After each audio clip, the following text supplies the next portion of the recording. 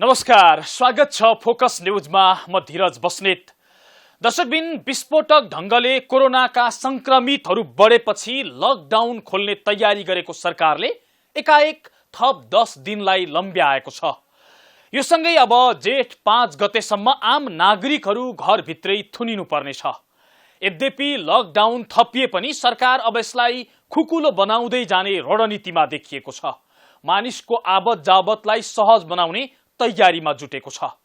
जसअनुसार 42 प्रकारका उद्योगहरू चल्न दिने निर्णय भएको छ, जसमा स्वास्थ्य सेवादेखि औद्योगिक उत्पादन, विकास, निर्माण, खानी र खनिजसम्म परेका छन्। उत्पादनसँग जोडिएका उद्योग खोल्ने सरकारको निर्णयसँगै घर पुगेका मजदुर अब काममा कसरी फर्किन्छन् र उनीहरू कति सुरक्षित हुन्छन् भन्ने प्रश्न चाहिँ गम्भीर रूपमा उब्जिएको छ।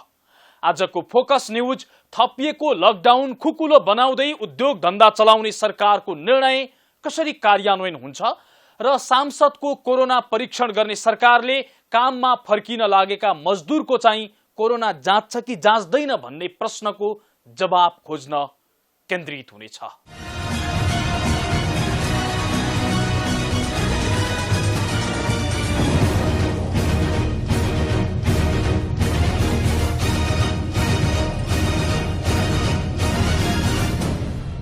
सरकारको तयारी वैशाख 26 गतेबाट लकडाउन खोल्ने र खुकुलो बनाउने थियो। तर एकाएक नेपालगञ्ज र वीरगञ्जमा 3 दर्जन बढी व्यक्ति कोरोना संक्रमित भेटिएपछि लकडाउन 10 दिन थपिएको छ। लकडाउन थप भए पनि सरकार यसलाई खुकुलो बनाउँदै लैजाने तयारी गरेको छ र सोही अनुरूप स्वास्थ्य, उत्पादन र विकाससँग जोडिएका उद्योगहरू शुक्रबारबाट खोलिने भएका छन्। आवत जावतलाई सहज बनाइने भएको छ। सरकारले वैशाख 26 गतेबाट केही ठाउँमा लकडाउन खोल्ने र केही ठाउँमा खुकुलो बनाउने तयारी गरेको थियो। यस विषयमा मन्त्रीहरूबीच एक खालको समझदारी बनेको थियो भने प्रधानमन्त्रीको कार्यालयले खाका समेत तयार पारेको थियो। तर एकाएक वैशाख 24 गते बसेको मन्त्री परिषदको बैठकले थप 10 दिन लकडाउन थप्दै जेठ 5 गतेसम्म पुर्याउने निर्णय गर्यो। लकडाउन खोल्ने तयारीमा रहेको सरकार एकाएक कसरी थप 10 दिन लकडाउन लम्ब्याउने निर्णयमा पुग्यो। उद्योग वाणिज्य तथा आपूर्ति मन्त्री लेखराज भट्टका अनुसार बाँकेमा वात्तै कोरोना संक्रमित देखिएपछि सरकार लकडाउन खोल्ने निर्णयबाट पछि हटेको हो। कुन ठाउँमा कतिखेर विस्फोट हुन्छ भन्ने यकिन नभएका कारण लकडाउन खोल्न नहुने भनेर प्रधानमन्त्री केपी शर्मा ओलीले अडान लिएपछि थप 10 दिन लकडाउन थपियो।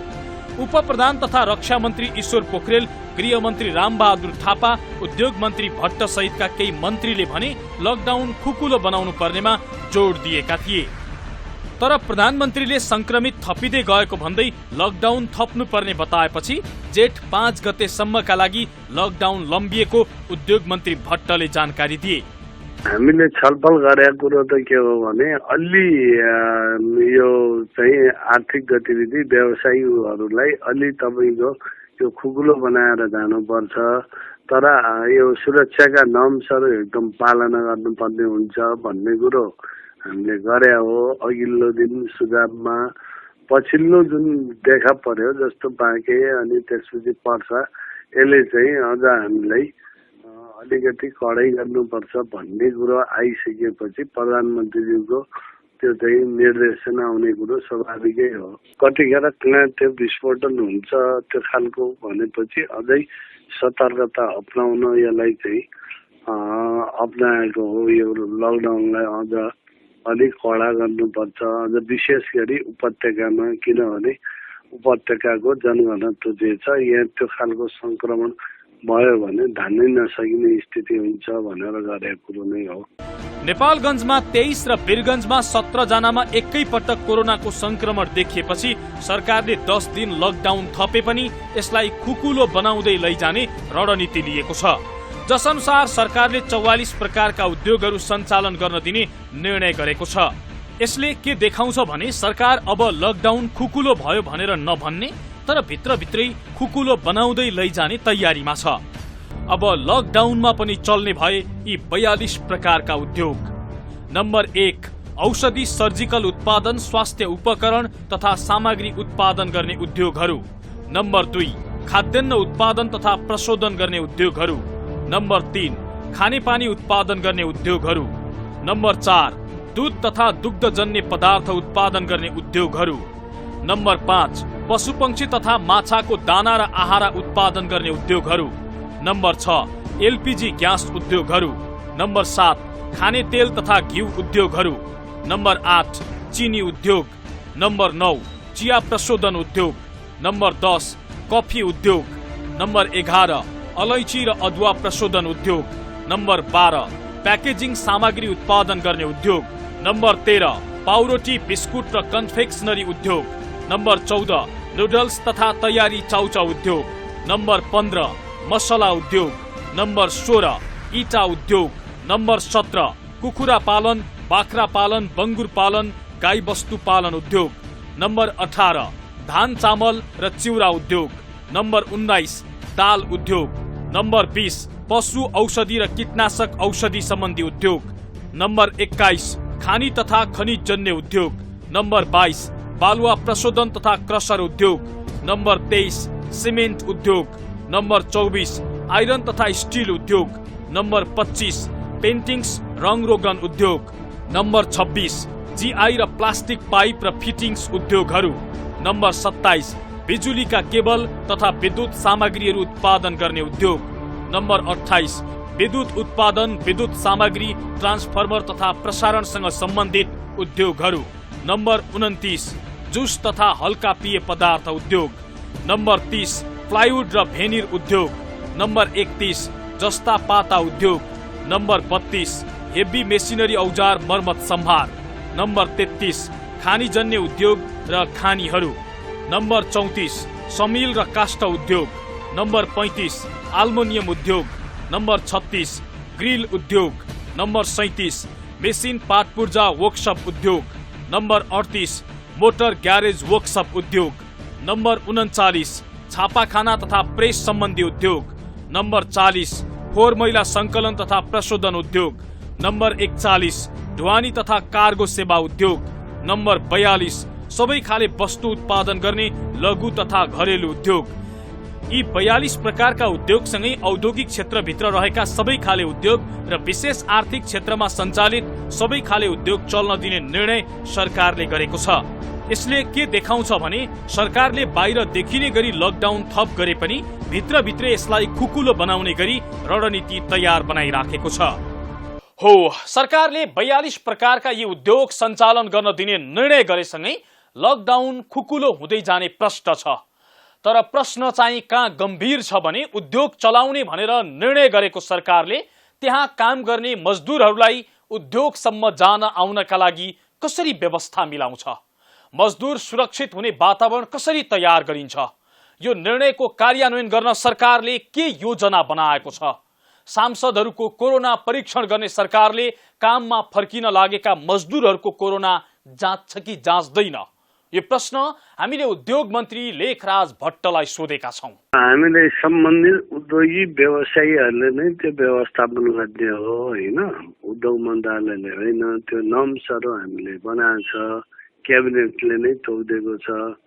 त्यो भनेको के हो भने अहिले जुन क्वारेन्टाइनमा रहने अलग, अब त्यहाँ उसको कारखाना भित्रै छ भने कारखानाभित्र नभए बाहिर उसले बनाउने खाने पिउने व्यवस्था गर्ने, त्यहाँबाट उसले चाहिँ आफ्नै उसमा यातायात साधनमा ल्याउने, कारखानामा प्रवेश गराउनुभन्दा पहिला थर्मल गन जो छ हाम्रो त्योबाट चेक गर्ने, मास्क दिने, सेनिटाइज गर्ने, अनि त्यो दूरी कायम गरेर काम गराउने, सिफ्टमा त्यो गर्ने, धेरै भिडभाड नगर्ने, यी सबै चिजहरू त्यो भएन भने उसले ठाउँ पाएन भने स्थानीय तहसँग समन्वय गरेर स्कुल या त्यस्तो सार्वजनिक उहरू घरहरू भवनहरू त्यस्तोमा राख्ने भनेर स्पष्टै गरेको छ। जस्तो मन्त्रीज्यू, संसदको बजेट अधिवेशन सुरु हुँदैछ, त्यहाँ सहभागी हुने सबै सांसदको पीसीआर परीक्षण गरिँदैछ र त्यो भइ नै सक्यो। जब सांसदहरू चाहिँ एउटा कुनै ठाउँमा जम्मा हुँदैछन् भने पीसीआर परीक्षण गरिन्छ भने ती मजदुरहरू लामो समय बाहिर छन्, को कहाँ छन् थाहा छैन, अब काममा फर्किँदा उनीहरूमा चाहिँ टेस्ट हुनु पर्दैन? निश्चित रूपमा पर्छ, त्यो चाहिँ आवश्यक पर्दा गर्ने हो। यहाँ पनि अब नीति निर्माण गर्ने ठाउँमा आइसकेपछि अब यो गर्नुपर्छ अनिवार्य भन्ने भएर त्यो गरे हो है। मलाई लाग्छ यो चाहिँ अब यो दूरी कायम गरेर हामीले जे अरूले नर्म्सहरू पालना गरेछ त्यसलाई पालना गरे भए पनि हुन्थ्यो। अब यो अझ बढी सुरक्षित हुन विभिन्न जिल्लाबाट आछ उछ होइन, त्यो कम्तीमा मजदुर त आफ्नै घरमा बसेछ, प्रतिनिधित्व जनप्रतिनिधि त उता अब जनता भेटेछ अर्कोतिर छ, त्यो भएर पनि यसको आवश्यकता हो भन्ने लाग्छ होइन। तर सर जस्तो सांसदहरूले जति आफूलाई असुरक्षित महसुस गरेको कुरा छ, एउटा मजदुर त झन् कामका लागि कति ठाउँ सरकारले रोके पनि कैयौँ ठाउँ भौतारी राखेको स्थिति त छ। ऊ धेरै ठाउँ पुग्यो होला, त्यो बिचमा धेरै ठाउँ बाहिर गयो, त्यो बिचमा ऊ फेरि काममा आउँदाखेरि सबै मान्छे एक हुँदाखेरि त त्यसको जोखिम त उति नै रह्यो नि त। होइन, सांसदले सुरक्षित हुन खोजे होइन, त्यो त यो सरकारले आवश्यक एउटा नर्म्सहरू पालना गरे हो है। त्यो कसैको माग पनि होइन, मजदुरहरूको पनि हामीले स्पष्ट त्यहाँ तपाईँले हेऱ्यो भने क्याबिनेटको निर्णय जो उच्च समितिको निर्णयहरू सिफारिस उच्च समितिले गर्यो सिफारिस, त्यसमा यो नर्म्सहरू अपनाउने भनेर भनिएको छ। त्यहाँ कतै पनि त्यो मजदुरलाई एउटा अर्कोलाई अब एउटा भन्ने त्यो विभेद भन्ने कुरो हुँदैन, भएको छैन। उत्पादनसँग जोडिएका उद्योग खोल्ने सरकारको निर्णय जति स्वागत योग्य छ, ती उद्योगमा काम गर्ने मजदुरहरू सुरक्षित हुन त्यति नै जरुरी छ। त्यसको सबै जिम्मा उद्योगीले लिनुपर्ने सरकारको भनाइ छ। यो परिस्थितिमा सबै रिस्क आफै बोकेर उद्योगीहरू उद्योग चलाउन तयार छन् कि छैनन्, उनीहरूको तयारी के छ, यो प्रश्नको जवाफ लिएर आउनेछौँ तर एकैछिनको विश्रामपछि।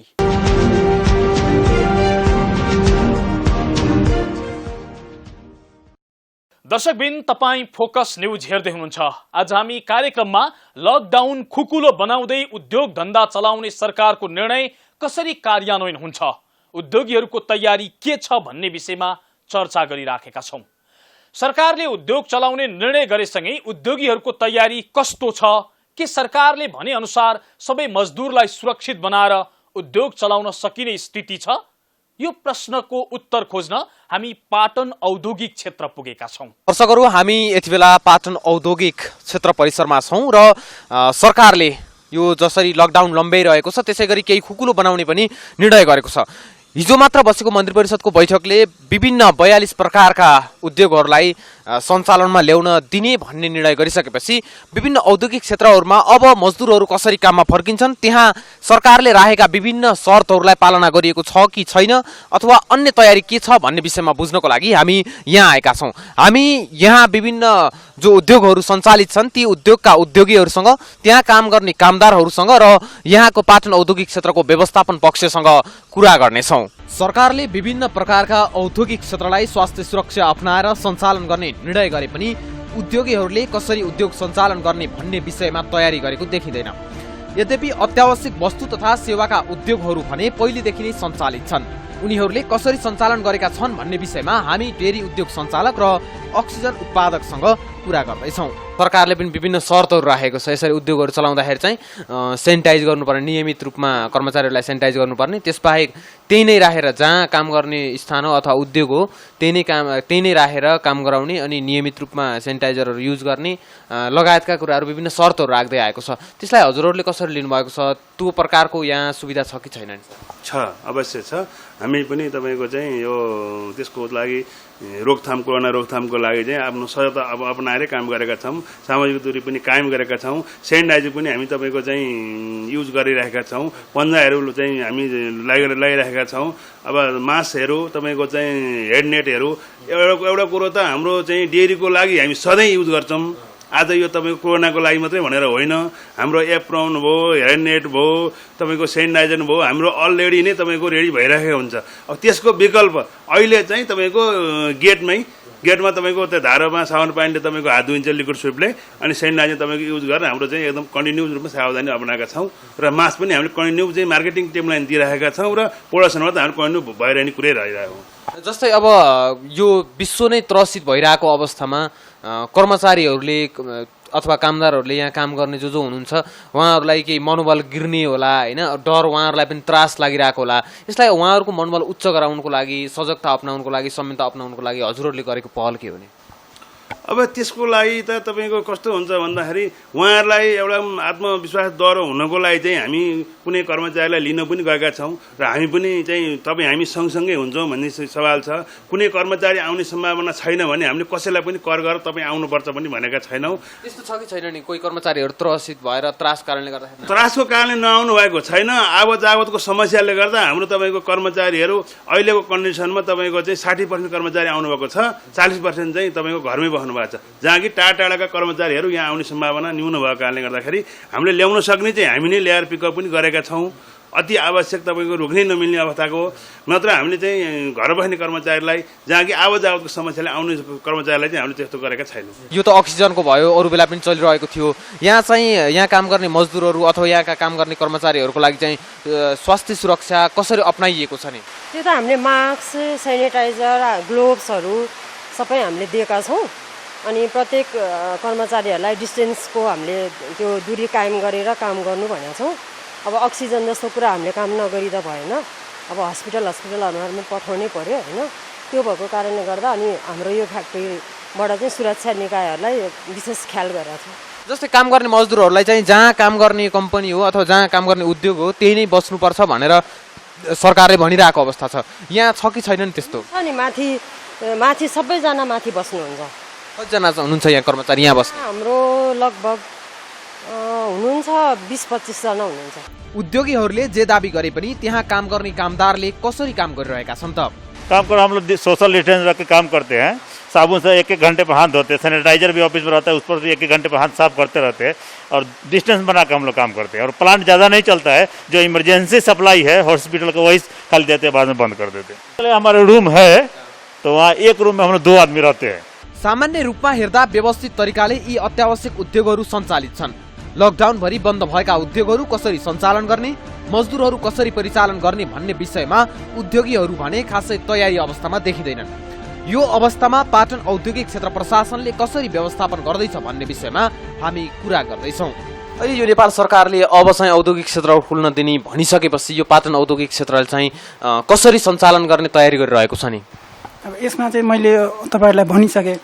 अब हिजो चाहिँ हाम्रो केही उद्योगपतिहरू र हाम्रो कार्यालय प्रमुखजीहरूको छलफल भयो कसरी चलाउने भन्ने कुरा। अब उद्योग नचल्दा अब यहाँ उद्योगपतिहरूलाई नै समस्या हुन्छ, अब लकडाउन हुँदाखेरि र मेटेरियलको पनि समस्या हुन्छ। अब त्यसमा चाहिँ उद्योग कसरी चलाउने भन्ने विषयमै छलफल भयो, मैले जानकारी लिएँ सरसँग। अनि हाम्रो चाहिँ यो ललितपुर जिल्लामा मैले भने हाम्रो प्रमुख जिल्ला अधिकारीको संयोजकत्वमा एउटा कोरोना नियन्त्रण समिति छ। त्यो समितिसँग चाहिँ भोलि सायद छलफल होला।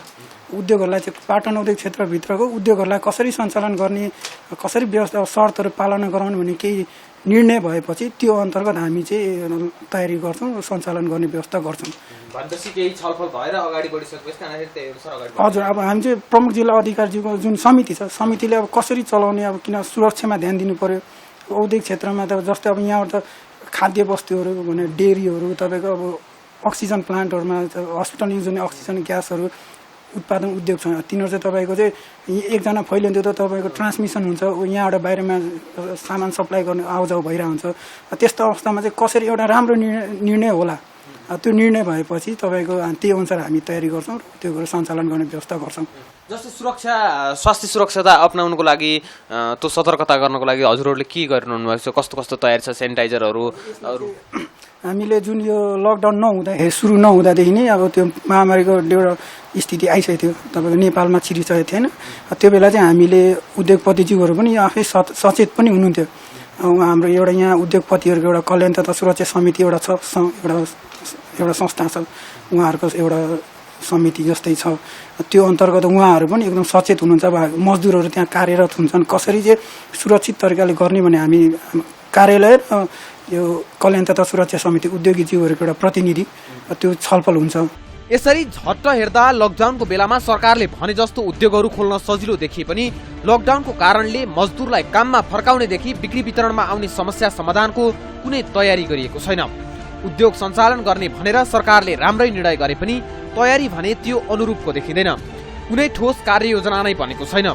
जसका कारण उद्योग कसरी चलाउने र सुरक्षित बनाउने भन्नेमा उद्योगीहरू अन्योलमा देखिन्छन्। सरकारले व्यवस्थापनको पाटोमा सहयोग नगरे उद्योग चलाउन कठिन रहेको नेपाल चेम्बर अफ कमर्सका वरिष्ठ उपाध्यक्ष राजेन्द्र मल्ल बताउँछन्। अब यसरी सञ्चालन गर भन्ने कुरा सरकारबाट चाहिँ निर्देशन किसिमको या चाहिँ सुझाव चाहिँ आयो मिडियामा।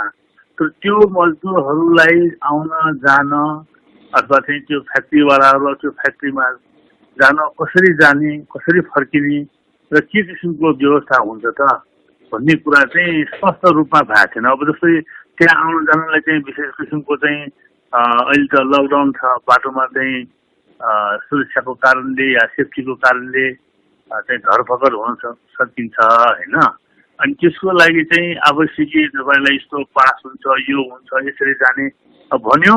अहिले बुझ्दाखेरि चाहिँ खोइ हामीले निर्देशन आएको छैन भन्ने कुरा चाहिँ सेक्युरिटीतिर बुझ्दाखेरि चाहिँ त्यस्तो समस्या छ। अब भित्रै बस त्यहीँ खुवाएर मात्र पनि भएन, के तपाईँ त्यहीँ बस त्यहीँ सुत भने सबैको त्यो बेनिफिट ओर्ने ओछ्याउने चाहिँ हरेक फ्याक्ट्रीमा हुँदैन, भए पनि एक आध वटामा हुन्छ, त्यो अलि प्र्याक्टिकल छैन।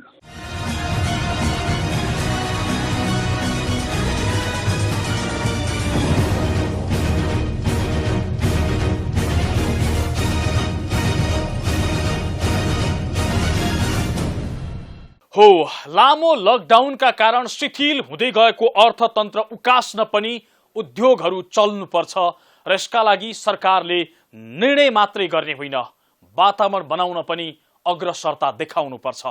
सांसदको कोरोना टेस्ट गर्ने सरकारले काममा फर्किन लागेका मजदुरको पनि कोरोना परीक्षण गरेर उनीहरूलाई सुरक्षित बनाउन जरुरी छ र सँगै उद्योगी यो बेला अनेक बहाना देखाएर बखेडा झिक्ने भन्दा मजदुरलाई सुरक्षित बनाएर उद्योग चलाउनतर्फ अग्रसर बन्न आवश्यक छ।